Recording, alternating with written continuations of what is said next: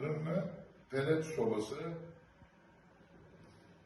Üst tarafta gayet geniş bir fırını vardır. Hem onu hem pelet yakar. Pelet yakacağınız zaman bu pelet kapağını indiriyorsunuz. Buradan depodan peletlerinizi dolduruyorsunuz. Şöyle. Geniş bir pelet haznesi vardır.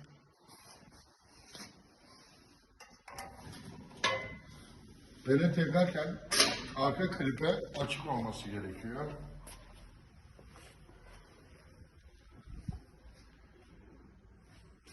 Daha sonra buradan jel yakıtı vasıtasıyla tutuşturuyorsunuz ön taraftan. Kapağı kapatıyorsunuz. Bu klipeler kapalı oluyor pelet yakarken. Odun yakarken de tam tersi. Odunları içeri dizdikten sonra jel yakıtla tutuşturuyorsunuz. Bu klipeler açık oluyor.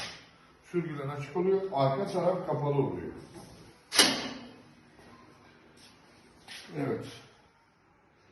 Yaklaşık geniş alanlara ısıtmak istediğiniz bir üründür. 50 kilogram ağırlığındadır. Ürün size demonte olarak gönderilir. Yani demonte derken camları takılı değildir ve ayakları takılı değildir. Ayakları kendiniz takıyorsunuz. Şu anda da ayaklar takılı değildir. Dörder vida vasıtasıyla takıyorsunuz. Alan arkadaşlara iyi günlerde kullanmasını temenni ederiz.